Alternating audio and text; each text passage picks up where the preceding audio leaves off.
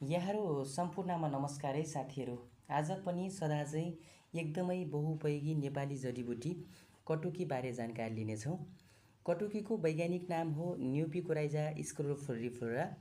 यो विशेष गरी कटुकी हिमाली क्षेत्रमा पाइने बहुवर्षीय जडीबुटी हो।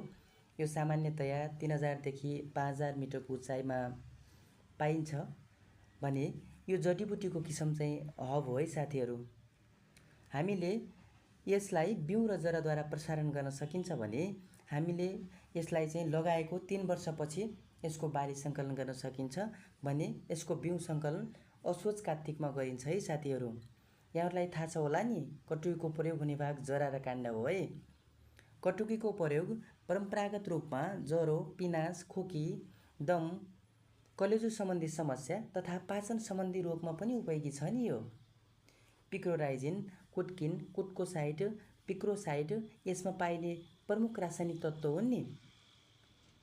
नेपाल सरकारले कटुकीको रोयल्टी दर प्रति किलो 40 रुपियाँ निर्धारण गरेको छ है।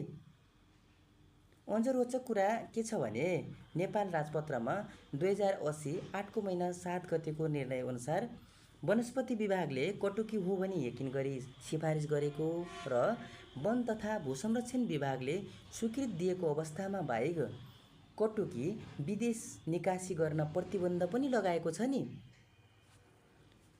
अनि कटुकीको अत्याधिक सङ्कलनले गर्दा हिमाली क्षेत्रमा यसको अस्तित्व नै सङ्कटमा परेको छ। परिपक्व बिरुवा मात्र सङ्कलन गरौँ, केही बिरुवा पुनः उत्पादनका लागि छोडौँ र दिगो व्यवस्थापन मार्फत यो अमूल्य जडीबुटीको संरक्षण गरौँ। यदि मेरो च्यानलमा नयाँ हुनुहुन्छ भने लाइक, कमेन्ट, सेयर र सब्सक्राइब गर्न नभुल्नु है त। धन्यवाद।